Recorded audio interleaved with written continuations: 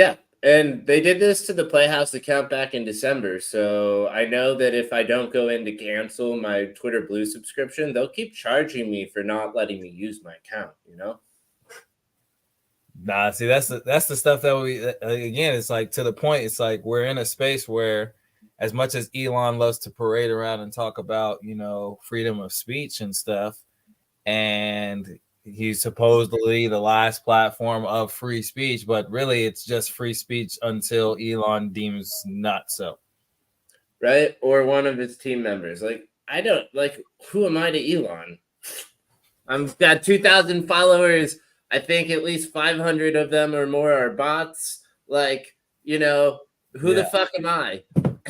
that's some crazy. And I mean, it just goes to the point of like why we talk about Web3 and all the things we talk about is that you won't have freedom of speech. And even when you go onto the other platforms that are going to come around, after this, you still, it's like you're still at the mercy of those people, but you at least still have the opportunity to go to other platforms and take your, like you said, 2,000 followers and be like, hey, I can go to over here. Yeah, I've had this account since 2015. Like, this is like my personal account. Like, it really sucks. It's like losing your, it's like almost like what you said, since 2015, it's like losing your digital identity. It's like losing your digital social security card. Case in point of what Playhouse talks about is that what if you needed that whole, and now honestly, bro, if I'm going to be 100% honest, I think that it's the same scenario that happened to me with my bank, where now for you and Playhouse, bro, I think that this is the ultimate marketing opportunity to prove your point on an origin story lore. Like, it doesn't get any, like at this point now, it's like, look, I can literally show you the screenshots. I would because now it's like in your pitch deck and stuff like that. It's like, this is what I'm fighting against. I can tell you what I did. Right? I could point to plenty of things that would be controversial that people would be irritated about, but technically shouldn't really violate the community guidelines or rules because I generally operate from a place of respect. And also from the place of a business owner and understanding that can reflect on you getting investment. So you can't really go too crazy in a matter of, I'm building a business. I know investors could have different biases and standpoints. I have to basically play it as close to the vest with any personal interest. Right. And then at the same time, I'm pretty sure the future is raw authenticity. So throw a lot of that to the wind, show them my true thoughts. But at the same time, I'm a very thoughtful person. Yeah. And I'm aware of a lot of the other shit. And so, anyways, I feel like I'm strategic when I do a lot of stuff, even when it's controversial. Yeah. And so, yeah, bro, I think that me personally, turning lemons into lemonade, that's how I kind of see it. Because one thing that I've understood too from like my banking situation, most people don't think about it until somebody like me comes around and is like, look, like I talk about Bitcoin and crypto, you can believe me if you're not. But what did happen to me is my bank account closed overnight and I had no way to pay my bills besides using cryptocurrency on the weekend to pay the bills that were due at the same bank that closed my bank account. Yeah. Same thing with you is that they close your account, but they damn sure weren't going to cancel your subscription. Right. But at the same time, we're talking about like $11 a month. How harmful is that in the grand scheme of things? Like, it's like predatory, but it's like in that range where most people are like, eh. Well, in your defense, though, time out. In your defense, let's look at it from the strategic side of, because like you mentioned, leads, the things that you're doing with Playhouse, like you've now cut off a channel of my business. This is warfare in all effects. It's like if you were a competitor and you came in and took out my avenue of advertising and sales, you do Twitter Spaces on there. That's marketing. That's advertising. Yeah. I mean, like, you're right. Like, there's lots of reasons because a lot of the criticisms I hurl at Elon Musk or at Twitter or X on the platform are all things that he should be doing better that I think Playhouse would do differently. Exactly. And yeah, I do think on some level that is why I am being banned, because I am articulate and I'm saying smart things. But that being said, like, maybe it's like because I've also labbed some pretty controversial stuff. Like, my stance on the Palestinian-Israeli conflict is enough to get me banned from a lot of people's perspective.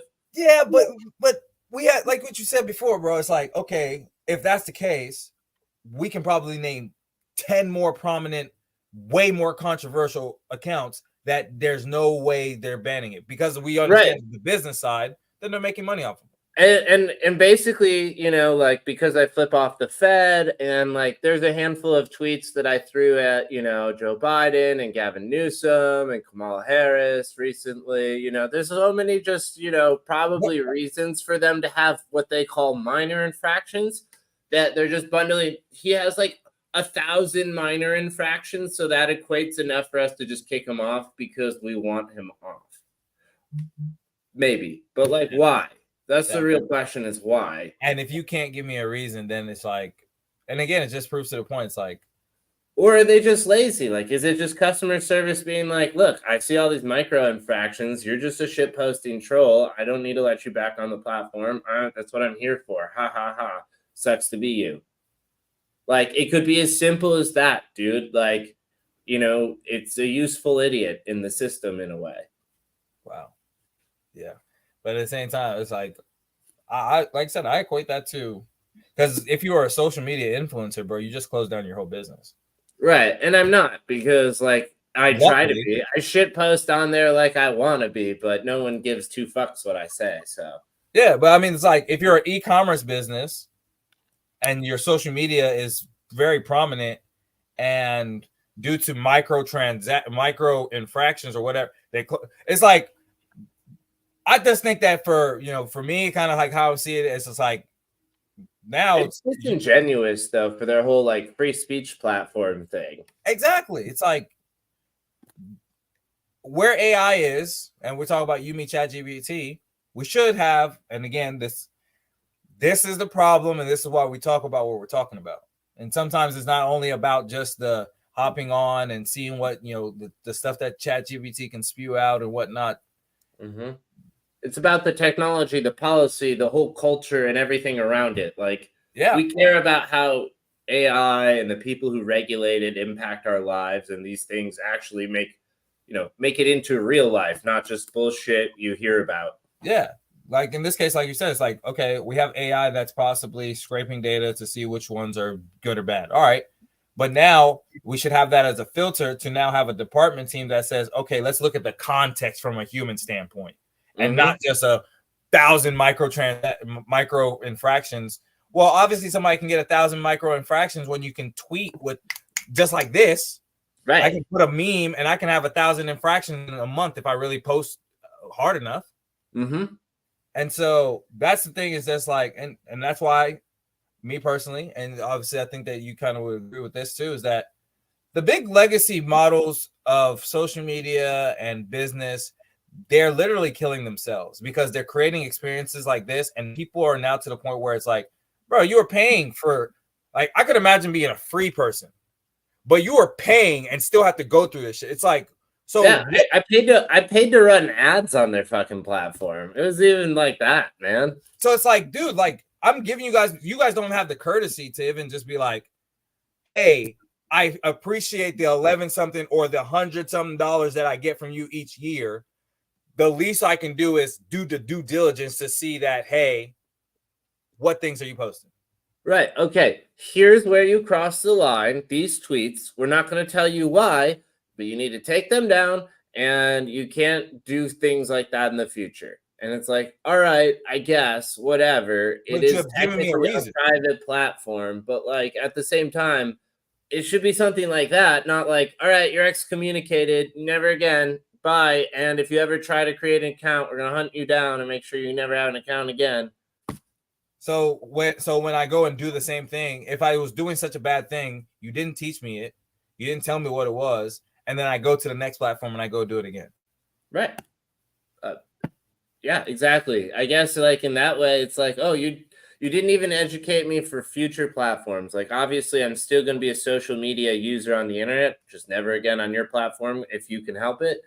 And, like, I don't know what to do with that, so to speak. Yeah, bro. No, I think that's I think it's a real, it's a lame ass situation, but it points again to the fact of and make shit. Maybe we name this not your tweets, not your Twitter. You Not know, your, like, bro, like literally your whole history of stuff is gone now. yeah, I know. I lost all my DMs, including a bunch of project ideas, and they were like not leads per se, but like employee contractor partnership type stuff. Yeah. And I mean, I had a really well curated feed for like meme coin alpha and like political That took news fucking and time. technology news, and now all of that's gone. And yeah, Wow. it's just like super frustrating because like I was literally in the middle of a conversation when my account got suspended, and I'm like, what did I do? I really think the tweet that pushed me over the edge was responding to a Gavin Newsom post where he was basically saying a bunch of lame duck names and his as like potential replacements for Joe Biden. But one of the most significant names I've been hearing outside of his name is Gretchen Whitmer, and he kept her off the list for obvious reasons because he's like, oh, she's my only real competition, so of course I'm not. And so I tweeted at him, and none for Gretchen Whitmer's because I also love Mean Girls, and I thought that'd be a funny reference because we kept her off the list, and I don't know, I was just shit posting. Yeah. And to be honest, I feel like that's the tweet that did it because I can't think of any recent tweets I did that were controversial in any way. Bro, like I said, man, I nowadays trying to figure this stuff out. It's like, and that's why at the end of the day, I mean, you know, to your point, you have to own your channels, whether that's a website or your server or your crypto or like your food and all this other stuff in between. It's like, dude, if you don't own it, it's like you're literally just one decision away from somebody just snatching it all up. I mean, sure. And at the end of the day, though, like, there's nothing I can do. Like, even if like Playhouse was built literally, there's still nothing I could do because we'd need millions, tens of millions, hundreds of millions of people using it for it to have a network effect large enough for it to matter. Because otherwise, it's just basically another. I mean, how many social media platforms are we going to come out with an event? Like, you can't compete with social media. It's saturated at this point. You have to backdoor your way into social media, and people aren't paying attention to that. You know? Like, Solana, what they did last week is probably one of the biggest moves to create SocialFi. Like the whole idea of decentralized social media, whatever. And these things, they're called B-links or blinks. But what they are basically is when you have a Solana wallet that is participating in Solana actions, which is basically this like programming system framework that allows you to basically, if you've ever used something like, what's it called? Honeybee. There's like all these couponing, clipping, saving plugins you can add to Google Chrome. Yeah. And they'll tell you like the cheapest prices or give you a coupon or whatever. But like they basically add overlays to your website experience. They're like called like browser extensions, I think. Okay. Right. And so Wallet is a browser extension. And you can do like crazy stuff with it beyond just like the transactions. And so what Solana figured out is if they create their own URL payload, which is where you take like, let me share the screen for the second, show you what part's the payload, because it's really simple, but it's like, okay, when you go to a website, this up here tells you basically what folder to look in the folders to find the document that we're looking at here. That's all that this means. Go out on the internet and follow this exact path to this document. And so you see that we're at the Google domain in their Docs application, right? We're inside the presentation folder. Inside the presentation folder, there's some random folder called D, and inside that folder is literally this presentation, which is this random hash number, right? We know hash numbers. That's what we use to create wallet addresses. It's a unique ID for this document specifically. And then you have additional things like this edit and slide number 2, that modify that payload that represent the fact that we're on slide number 2. And so this right here is what I would call the payload. There are a lot of ways that the payload can look, but in the Solana one, the point is when you have this payload URL included in a tweet, what your Phantom wallet or your MetaMask wallet will do is turn that like tweet into a larger, more interactive tweet that has buy and sell functions.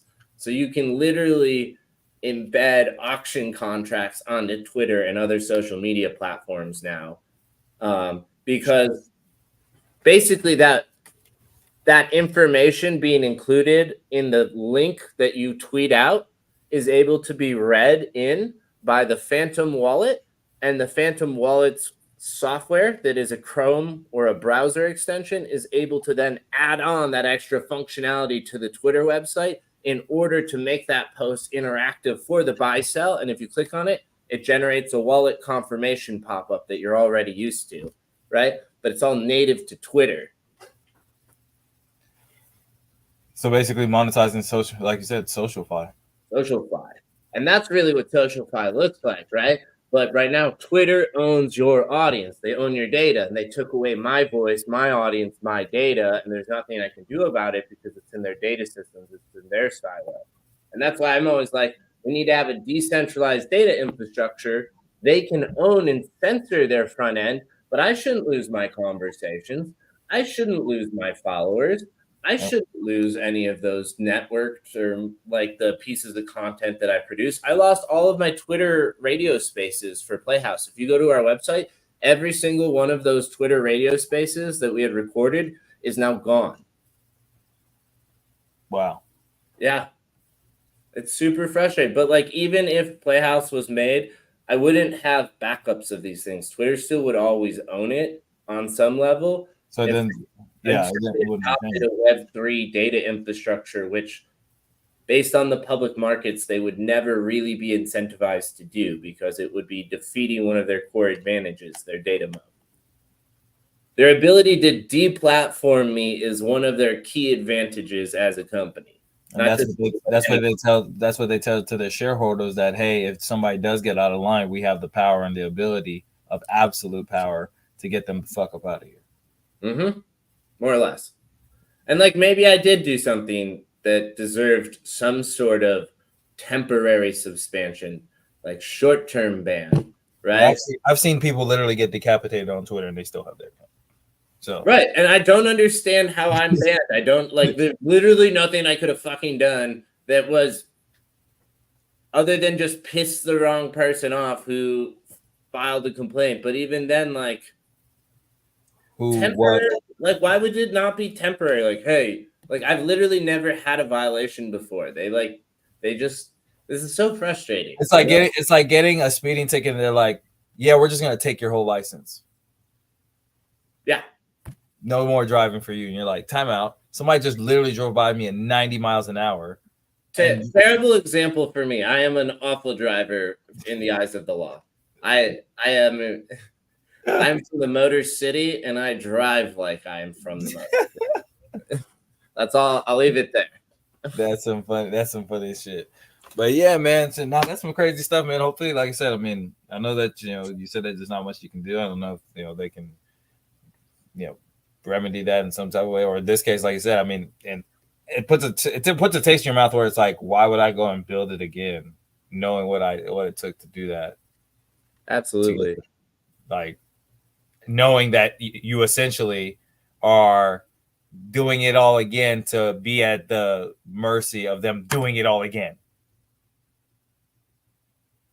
So, yeah, shit. Hopefully, like I said, I mean, that's one of the case in points why we need, like I said, a Playhouse. We need Web3. It's like your whole digital identity, your whole business now is predicated on internet. And this is not only just for you; it's like everybody. So it's crazy times, man. While, like I said, Elon's over here tweeting whatever he wants, or people are tweeting all types of crazy stuff nowadays.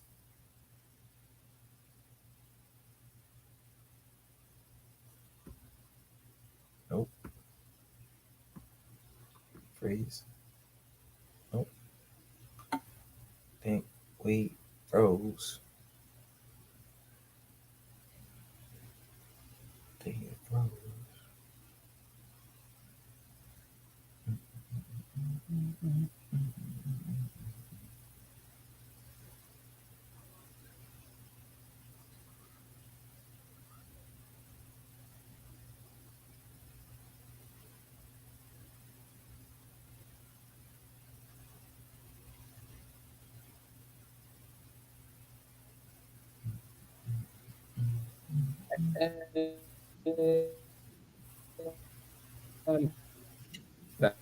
Back, kind of.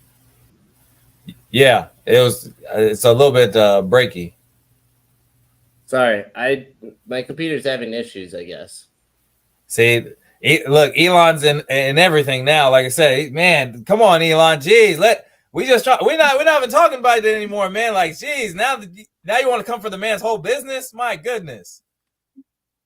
Come right? on. I don't know what's going on, like legitimately. But that's some crazy stuff. But I guess it'd be paranoid thinking to believe it was all them at the same time. But I mean, shoot, like I said, I mean, your account gets suspended next minute. Like I said, we're on ChatGPT. We can't even, like I said, the call's not going through. It's like, bro, like, what's going on here, man? Like we just try. Maybe we just got to get back to the fun stuff, man. Maybe the universe was like, you know what? Hey, you know what? You guys are at your best when you guys are just spitballing ideas and just having the fun stuff. So maybe that's what it's trying to tell us. Maybe. I guess that seems like a worthwhile pursuit for the short term. Yeah. So shoot, I mean, it's been a minute since we caught up and stuff like that. So on my end, man, I've been busier than I don't know what. But onboarded some new, got some new farmers or some vendors, and then started running with some concepts. Met with a guy with Whole Chain, going to be partnering with them potentially because they're doing traceability in the supply chain process. Nice. And so I think that would be a cool way to kind of start onboarding local vendors to start showing what type of practices they use for like I said, whether it's free range and those different type of things in a very innovative way. So there's going to be a good strategic partnership there. And then I'm trying to think. I was going to the delivery component. And we'll probably talk about this a little bit more in depth. But had a conversation which led to a very creative idea of how to tackle the possible delivery process through strategic advertising. Okay. Yeah. So without going too much into the weeds, basically would have paid ads or sponsors that would basically pay for ad space on these boxes or pay for the delivery fees of users. Yep. So then now I'd have sponsors or whatever, and then they'll be like, yeah, so we are sponsoring the next 100 users, and if you use discount code Playhouse. And so then now what I would do is have it as like a monthly retainer or whatever that, hey, you're taking care of 100, delivery fees or whatever, and those different type of things. And basically now allows for ad placement for, like I said, small local businesses. I'd have like tiers, like 5% off, 10% off, 15, 20, do that at like a monthly rate. And then, I think it would be an innovative way to tackle specifically that kind of that delivery component, as well as like offsetting the fees and making sure that it's something that's affordable. I think one of the things that makes those sponsored packaging programs really go really far is sometimes they also include like free samples or like postcard communications as follow-ups inside the packaging too. Yep. Fuck yeah. So basically, I mean, especially with you already having that expertise in that space and stuff like that, we can start looking at how we can start using strategic ad spend, because then now they were talking about having ad placement in the checkout area and those different type of things, so we can start strategically thinking about how we can start placing them at high traffic areas. I'll send over just like the little layout of it. Obviously, this came with some more assistance, so with ChatGPT kind of expanded on it and those different type of things. But yeah, no, I was like, I didn't really think about it from that angle, and I was like, oh, like. And then I got some nice insight on misfit markets and how they're probably not going to last too long, apparently. Oh yeah, what's going on with them? I didn't think about it, but from the cost side of things right now, it looks like they're doing a lot of things. They purchase Imperfect Foods, which Imperfect Foods was their transportation acquisition. They were apparently using regular postal. I think it's the FedEx, UPS, or something like that, and that's how they were like shipping stuff out. So now, like I said, like they're using like central locations, which is like there's like 3 spots across the country kind of thing. But then now, from obviously with research that I've been looking into too, nutrition wise, they have stuff sitting around for a while unless it's frozen. And then now they got to transport from where it's from, send it to that location, wait for you to order it, then send it to you. And then they got to put it in these freezer boxes, which basically they're just freezing zombie fruit at this point, if we're going to be really honest. And then they're charging you just slightly bit less, but enough to make a profit, but still not enough to cover kind of things. It's like, so it's, it was an interesting insight. And I was like, yeah, that makes sense. But then I was like, okay, then I need to take care of this. I need to take care of this delivery component in a way that makes sense for the customer. Because now the customer gets, like I said, with these possible sponsorships, the customer can get that knocked off.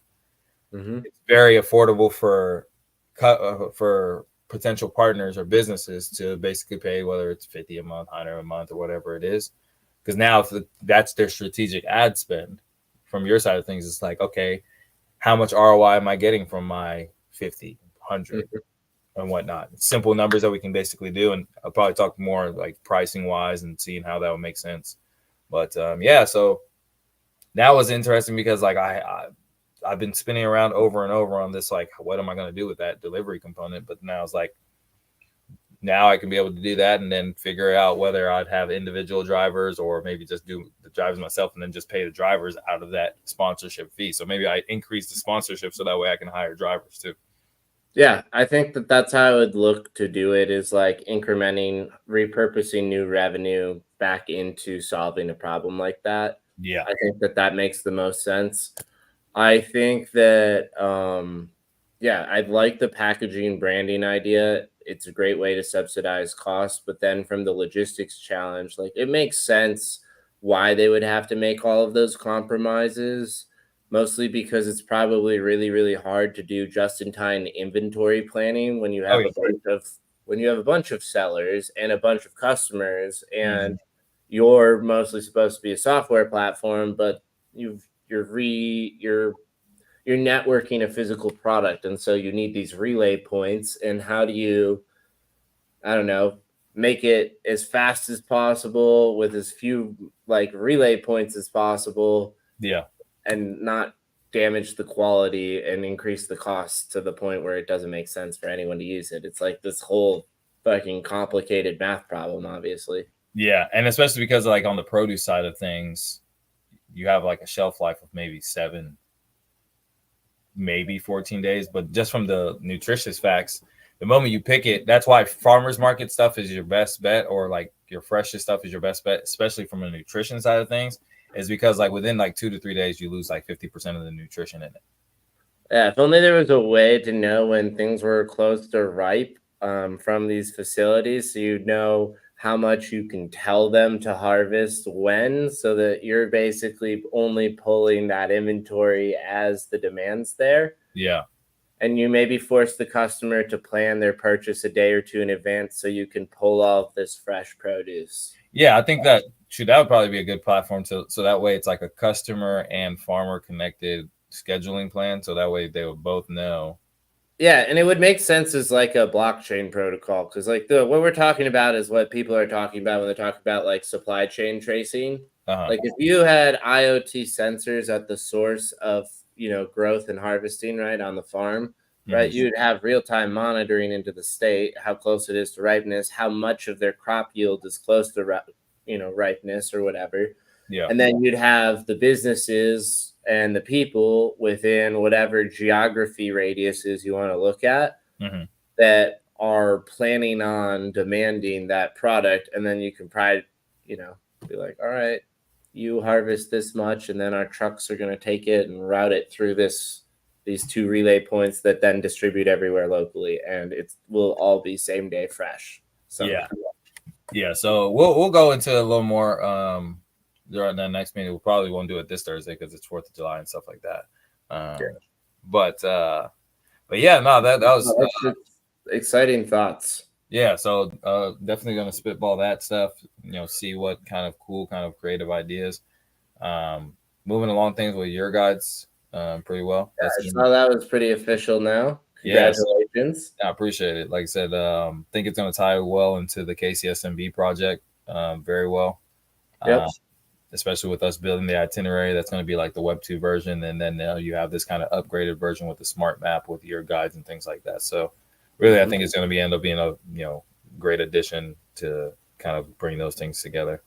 But then especially because then now, especially too, I would like for Playhouse to help people manage those profiles because I think they would have Web3 profiles, wallets, and things like that. But yeah, man, that's really been.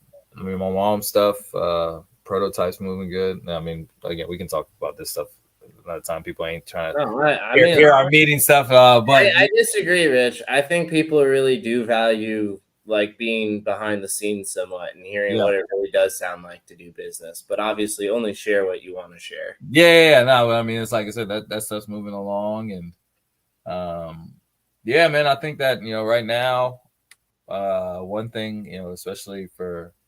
I'll say on my side, even though you would love obviously the financial things to be matching all those things, but one thing I've been trying to do, and I've been like listening to a lot of audiobooks of late, and trying to like step back and like look like okay, like comparing last year Rich to now, like what I like website. I got multiple websites now. I got potential investors wanting to talk. Like I said, I've done now pitches, and I got networks growing and things like that. So really it's like it's to the point where it's like you just have to kind of just take a step back to be able to appreciate it. You won't appreciate it like when it's right there in the moment until you step back and it's like, okay, let me look at. Sometimes you might have to look at like your old post and be like, oh shit, damn, like I didn't even have, like I said, a website last year. Like I was literally trying to run everything through social media, which knowing what I know now is probably was the stupidest thing.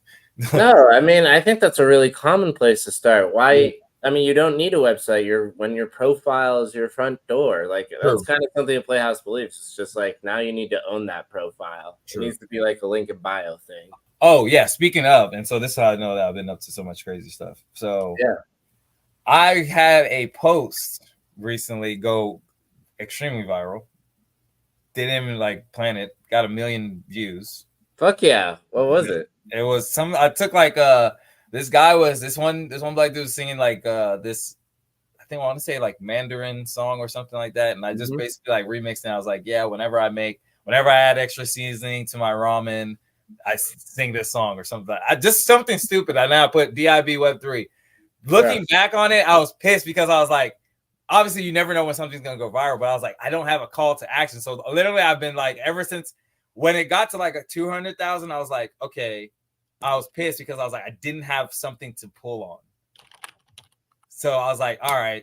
So, and this, like I said, and we'll probably talk about this on Thursday because like, I'll show you like the numbers and kind of like, because I was looking, I was like, damn, like this did very well. So then now I started like messing with like how I'm putting out stuff now and starting to do a lot better. I'm getting a lot more virality, not say virality, but like 200 likes, 300 shares and stuff like that. So I'm starting to notice that the algorithm is just basically it's all attention based, the hashtags and all these, like, no offense to any social media experts and things like that, but it's like just share. You just got to create things that people want.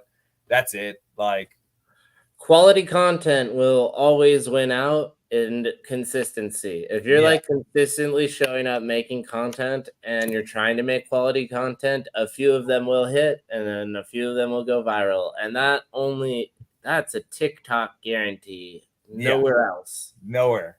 Like that's why I was surprised. I was like on Instagram. I was like, oh, it happened on Instagram too? Yeah, that was on Instagram. Great. I mean, Zuck loves to push stuff to go viral, but like, nice. Yeah, like I said, I mean, honestly, like, you know, for coming from a analytics side of things, this is probably the first time I really like looked deep dive, and probably somebody's listening to this like, oh my goodness, this guy's a business owner. He just like how many clicks to the website did you have? Matter of fact, let me go look. So I didn't have the direct link. I had just the website on there. I had, so from followers, I got 300. Hold on. So I'm about to go to the little analytics dashboard. All right. So from this one, I got, so in the last 14 days, is where everything happened. So I increased my followers by 16%. Nice. So I got about 60-40 men and women, 300 followers, and then clicks. I'm trying to see for the, here we go, if I can find it. So profile activity 420, likes 79,000, shares 49,000. Nice. 420 followers. I mean 420 follows. That's funny. No monetization. That's the one that hurt. Yeah. I was like, oh, my chest. Oh. But nah. Yeah. But it was funny though. No, it's hard to qualify for their creator program and everyone's creator program. So it's like, it is what it is. Yeah. But like I said, I mean, but you keep pumping out these hits, you'll be there soon enough. Yeah, I mean, true. Like after that, I was like, okay, I'm starting to see like what I kind of need to do. And it's like, now I'm going to have like some type of interaction comments. And so now I'm going to start like doing more engaging kind of things. Before I was just like super memes and stuff like that. Now I'm going to try to like include myself in the thing. So that way it's like, if it gets shared, it, you know, kind of goes from there and builds like a personal brand kind of thing. Cause I do need to get back on that as much as, especially with me being in this like fundraising phase, I need to just like start letting people know and getting those things out there. So yeah, I mean, again, that's why it was funny. Cause like 1 million views. Yeah, that's great. It's dope. But now it's like, I look at my bank account. I'm like, if only. If I could get 50 cents, 25 cents from each of those people, it would have made a world of difference. Would have made a world of difference. But yeah, so that's basically, you know, that's basically what it was. Pretty, you know, like I said, it was pretty interesting to just see like all those views and all that. I'm just like, damn, like I'm definitely happy I don't have notifications on my phone. That's all I'm gonna say. I don't know how people do it. I don't know how people have notifications on. What was the comment section like? So comment section is 1,000 comments, and basically it's like a range of like people saying. So I had a lot of Asian community. Okay. Yeah, a lot of Asian community saying, yeah, he's invited to the cookout, and and then I had a couple naysayers saying that, oh well, ramen isn't Chinese, and I was like, well, I mean, I didn't know. I just put it out there. I just like ramen. I mean, shit, you guys gonna hate me for it. Then there was a couple. I'm trying to even see. Yeah, it was just like I said. Yeah, most of the people just like basically reacting to the song and like saying like their own little silly comments, and which I'm assuming that's probably what helped with the virality. Is like, for sure. Whenever you're getting people to comment on it, that's one of Zuck's favorite things to prioritize. Yeah, so he's like, okay, yeah, they're commenting and stuff like that. We're gonna send this viral. So that's a top signal. Yeah. Lesson learned though. I'm about to start having more call to actions and more things like that. I gotta figure out how to get a link in there. In the video or like in your reels? okay. You probably can only do it when you share the reel on your story, but Yeah. if you had the reel on your story with the link, Then it gets shared over and over and right, over. and then you probably do when you go viral have some amount of people who are going to click on your story to see what's there, and then they could potentially click through the link. But Yeah. you should also have your profile link, which is why it should be like a link in bio thing, so you can have like whatever you're promoting at the top of the quick links. Yeah. No, I have the website in the link in bio in my bio right now. So that's DIB Web3.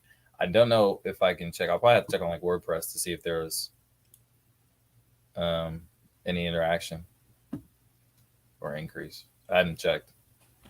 So well, one thing is we can definitely do. I don't know. I completely blanked, but it's been one of those days. oh, bro, like when I say I'm like literally like my brain, like today, like I said, today I think it was just kind of a catch up day because like I said, this is the first time that we've been on in a hot minute.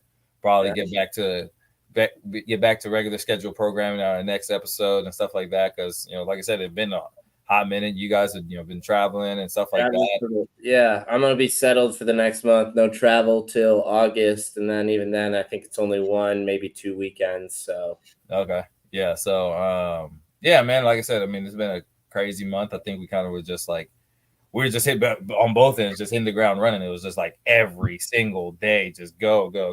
I mean, you've had so many positive developments. I mean, especially with the year guides thing, like there are so many positive things going on from your business. And then Playhouse, despite the Twitter thing today, which I'm just hung up on because, like you said, it's a prime example of why we're doing the whole thing. Yeah. But, the business is going really great. We've got a bunch of new partnerships. Like I'm really excited, but I'm like exhausted because we're kind of at that awkward phase where the money is still a month or two away from being in my hand, but all the costs are here today. Yeah. And I have a bunch of costs from yesterday that are still unpaid. Yeah. And, like I have to do all the work until then. So like, yeah, I'm bro, the life of an entrepreneur, dog. It's like you're literally trying to go hand to mouth until you can exponentially get that excess, which doesn't come until you've put in enough work to gain trust to gain the excess, which is like it's the craziest calculation or equation ever, to be honest. Everything's a fucking strategy calculation game, man. Hell yeah. I'm trying to think. So yeah, so I've been AI wise, I mean, honestly, I've just been using it just to I mean, honestly, I really haven't seen. Have you seen it? I haven't really messed with any like new tools. I just been. I stick with my staples. I use Midjourney for a lot of like advertising marketing work. Like it's gotten super good. I've been able to tell it to like. Actually, I'm really proud of this ads thing. I'd love to show you that I made a Midjourney. Also, too, bro, I'm gonna have to. We'll probably talk like I'll probably shoot you a text or something to talk about. I want to start doing some little monthly ad spends. Oh, for sure. So that way we can start doing some little stuff. Like I'll say we are good, I think, on most systems for at least $5 a day, which comes out to 5 times 30. It's like $300 a month. Okay. So, just for clarity's sake. Okay. But below that, I wouldn't recommend that. And I'm saying that to everyone out there on the internet listening to this. If you're buying ads on Google and Facebook and you can't commit to like $5 a day consistently for months on end, don't do it. Which is basically, I mean, it's 150. Wait, no, 5 times. I'll just bring a calculator up because I'm bad at this math and I'm not afraid to use a calculator. And it's about 150, a month. Oh yeah, no, great. I'm really bad. How did I double it? Because at the end of the day, you also know too that's really like a minimum. Like $5 is like you're probably doing the calculation of like $5 is like a cool start, but like you're not gonna like do really much. Like so you're in your head, you're normally used to a certain amount of ad spend for a certain amount of ROI.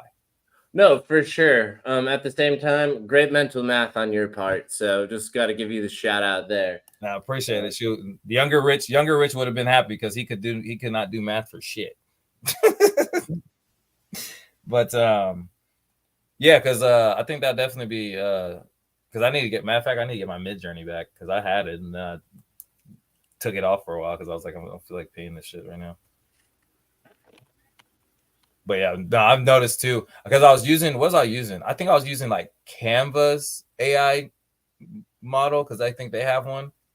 Their shit was trash. I'm gonna be 100% honest. That shit was garbage. Most things I use are garbage. The only thing that I really like is Midjourney. Like I use Adobe every now and then. I'll use Canva every now and then. Midjourney by far is the best AI tool. Yeah, it's especially when it comes to images. It's leaps and bounds.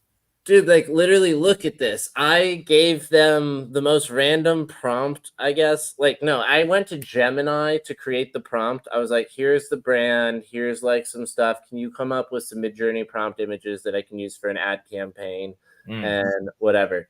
And it formatted the request in such a way that Midjourney was able to literally embed the call to actions in the images without me doing it. Like you see that.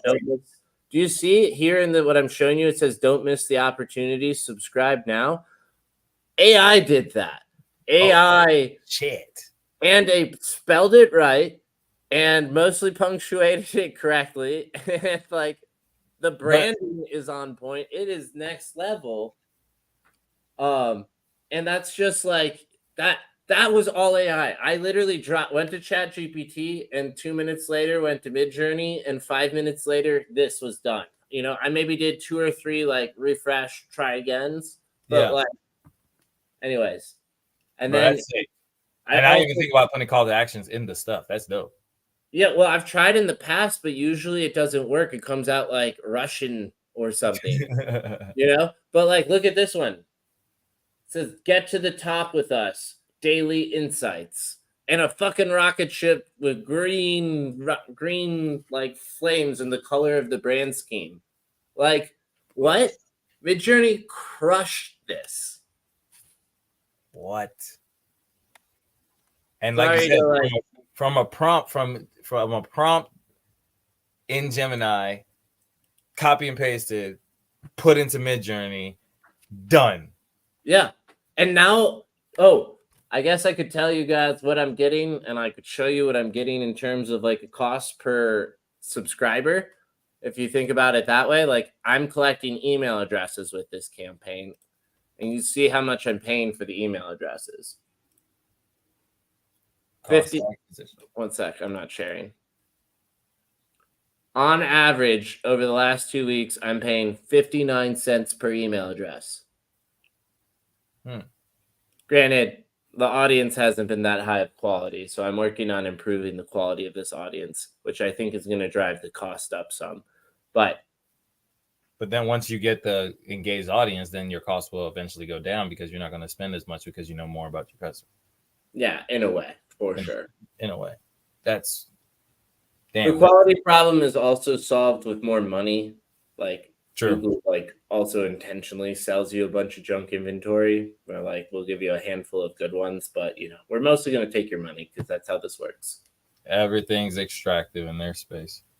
Yep. But I'd love to set up the campaign for you and start driving emails so that you got your newsletter going so that you can do this. Like, because because like I said, let's talk shop about that because I do. So I want to put together a ag tech, obviously, you know, being Bitcoin, energy, that whole space. But I want to basically put it together for Produce Matrix. I want it to be focused around kind of ag tech and, you know, all these different type of things, but then also informing people about how, you know, they can learn about it and get into it. Maybe even putting in things like for discounts for like small, because like this is where I'm looking for ads is like doing a partnership with like Aero Farms and their hydroponic stuff and be like, hey, you can get $20 off of your aeroponics. So doing affiliate marketing with them, having that in the email campaign and stuff like that, or placing ads in the emails. Is that possible? Yeah. Have you talked to Ian at all? Because like you guys could maybe collab on this. Who? Ian from that like KC Futures DAO. Like, Oh yeah, no, yeah. Me and Ian are definitely collaborating. We're in talks, and basically he's gonna be my greenhouse guru because no, for sure. I just meant he's putting out a newsletter right now on like sustainable ag tech a little bit on LinkedIn. Oh yeah. Well, I might as well just shit. So I might even just. I mean, all I'm saying is it's sometimes far more powerful to have multiple voices behind a brand talking about the problem, the issue, and articulating it and stuff. So like I tend to think like one brand, multiple people writing under it, same problem is a great way to build an audience because you want to hear diverse viewpoints. Yeah. You want to hear like, and then you've got all these marketing plug opportunities. You can plug his project, you can plug your project, you can sell all of these plugs, and it's less of a biased interest because you're collaborating with these other projects on top of it.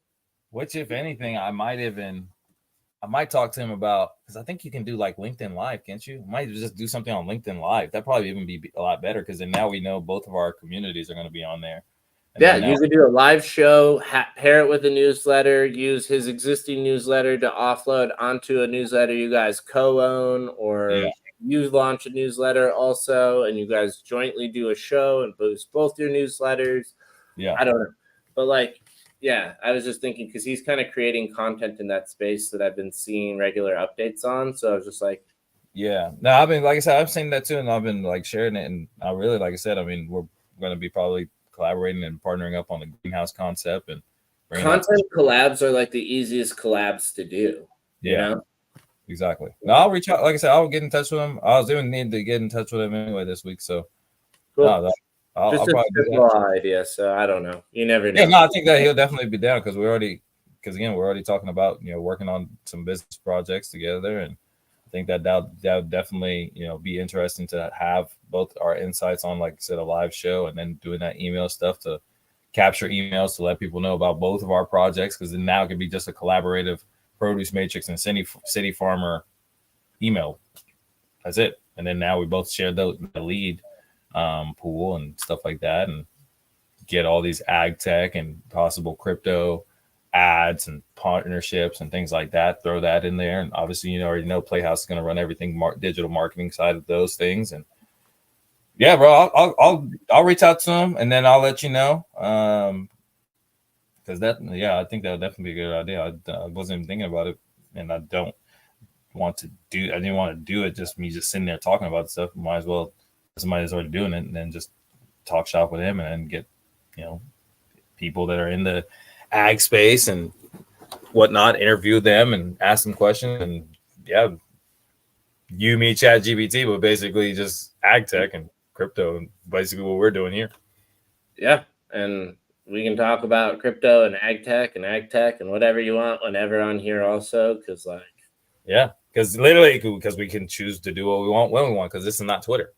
Yeah, that exactly. And then me and ChatGPT is more about technology and less about literally ChatGPT. So. Yeah, it's like the many different avenues that you need to start looking at, because if you're not seeing it, ladies, it's me and Web3. Me and Web3. Me and Web3, because at this point, it's like the internet is changing. It's changing drastically faster than even us people in the tech space can. Money is changing. Like everything's changing so fast, and everybody that thinks that is staying the same, you're going to get a rude awakening over the next couple of years. This is not like a warning thing. This is just literally just what is. Like everything is guaranteed. Like the only thing that's guaranteed in life is change. Guaranteed. Mm-hmm. And yeah, man, I think it's going to be interesting. We're in the second half now of the year. What, 5 months, 6 months technically left? Yeah. And then 2025 will be accurate though, especially when the last month entirely is a vacation for most people. Yeah, it's trying to get anything done. And then, which technically I really say the moment Black Friday comes around, most people are checked out. Thanksgiving, most people are like, because it's what, 2-3 weeks? Mm-hmm. Yeah, really. It's like, so technically you have really only 4 months left. If we're going to be honest, 4.5. Yeah, about 4.5. 4 3/4. So yeah, man. Like I said, all we can do is just keep building, keep building, keep building. Because I mean, as long as you keep on building, I think right now it's like we're on the good. I think we're on the better side of this innovation shift, where we're not just sitting around and waiting for, somebody to let us know what we can or can't do in this space. Yeah. I mean, we're trying to take what we can and do it, but like you said, we can't wait around and let people allow us to do it. And today, apparently permissions not granted, permissions revoked, Exactly. So, well, that don't stop us, like I said, at the end of the day, because I think I personally think, if anything, now it's giving you the ultimate pitch to be like, so they're like, oh, say, yeah, we want to talk about playoffs. It's like, so let me tell you a little story. So I had a Twitter account, 2 of them actually. My favorite social media account of all time. Love it. Literally waste way too many hours on it. Yep. Definition of too online. Yep. They suspended both of my accounts, and I could not get any rhyme or reason why. And that's supposed to be the platform of freedom of speech. So that led me to realize, which obviously that wasn't the reason, but it's something that we've been building. But what so happened to stance that right when you're getting this close to it making more sense, that boom, now all of a sudden, case point. So then now it's like, if anything, I just love that we're having this conversation live on YouTube now before I do anything in general, because this will just be like, yeah, maybe it was a turning point, and like we literally acknowledged it as it was happening, and it'll be cool that this digital artifact exists for other people to find at some point, if that does turn out to be true, Literally, because you'll be able to search up, you'll be like, what day did I lose my Twitter account? Yeah. And then you'll be like, then now it's like, just imagine you get your Series A couple years from now, or shoot, maybe we don't do it in Series A or anything like that. Nice lump sum, whoever success comes around, and you can be able to look back and say 3 years from that moment, and then you can start looking at the moves you started making, the conversations you started to have, the way you started reaching out. You can probably even look at like emails. Yeah. And you'll start seeing like a shift. If we started pitching data ownership for real instead of like this marketing tool. Like now it's a problem. And it's a problem that you've endured, and that every business owner that has social media, which they all have it, because they all don't know how to market themselves any other way besides social media. Yeah. Like, so now you've literally have a prevalent point to be like, every single business owner, you are literally at the mercy of about 3 people right now. 2, really. Zuck and Elon. That's it. Nobody can deny it. Nobody can argue it. And then now when you add on to the fact, it's like, I'm a business owner, just like you. And I understand technology. Probably a lot more than you do. And this is not like a bragging thing, but I know it doesn't have to be this way. It doesn't have to. We're just forced to be this way. So I think that's a good, honestly, I think that's a good way to wrap up things for today. That's a good episode, catching up, and especially too, like I said, it's like big things ahead for all of us though. Dash in Between is coming up big. Produce Matrix with big moves. You're helping out with your guides, and that's gonna move KC Futures Dow forward. Like, dude, there's just like so many dominoes that are just falling into place, like you said. So like, great way to wrap up the call. Yeah, no, like I said, I think that it's about to be some fun times, and again, man, I'm definitely appreciative of, like I said, the collaboration of us being able to work together. And again, the stuff that we're going through right now is going to be some funny jokes to talk about and be like, dude, do you remember when blah, blah, blah, blah, blah? And then we're sitting on a little yacht on a little island or something like that. And it's like, yeah, bro, I remember all that and blah, blah, blah. It's like, you got all these things that we can just, it's just what makes the journey fun, man. At the end of the day, it's like sometimes we look back, like I said, I look back on that whole bank situation. I kind of laugh about it because now it's like, I needed that to really understand why this is a problem for me. And just like you now, you already knew, but then now it's like, all right, those times where I kind of feel tired about it or whatever, I'm about to really go hard because, pardon my French, fuck you, Elon and Twitter. To be honest, it's like, yeah. At this point, dog, it's like I'm not about to go back and do it again. So right. Now I'm just gonna go hard and doing what I do and continue to build this thing because I know that it doesn't have to be this way. Exactly. And yeah, I think that's probably the most succinct way we can end that this week. Hell yeah. Dude, what is gonna live on? I'm looking forward to the opportunity of all the ways that we can make change in this space. Like digital data ownership clearly matters. Yeah. Worst come to worst, we at least gonna own our own data. Fuck it, right? Because when it becomes a cesspool of only Elon, you can only say good things about Tesla and SpaceX is the greatest thing. Yeah, our great leader, Elon. Yes, yes, great leader. Elon, please, yes, run for president, Elon, save us all. And then you say, but do you guys remember that Elon yelled at his girlfriend, or that Elon did such and such thing, or said this wild ass tweet? Suspended. Yeah. Suspended. But are you familiar? Like, last tidbit, but like, are you familiar with the Catholic Church and what they used to do back in the day? Shoot, what do you mean? Like everything that they used to do? Because they sure. I mean, yeah. I mean, it's like, where do you start? They got a highlight reel. Yeah. They got a highlight reel of atrocities. Excommunication is the term. Yeah. I'm like, that's where it feels like we're at again. Are these the Church of Twitter? We are being excommunicated from big the Church tech. Big tech is the new church, bro. Yeah. Big tech is the new religion. It is the echo chambers controlled by the priests of Zuckerberg and Elon. Those are the popes of their domains, their religions. Blue pill or red pill, right? Blue pill or red pill. What can I take the cyanide pill? Yeah, I mean, technically that's getting banned, I think. That's basically what it is, man. It's excommunicado, dog. It's like when John Wick got let go of the assassins.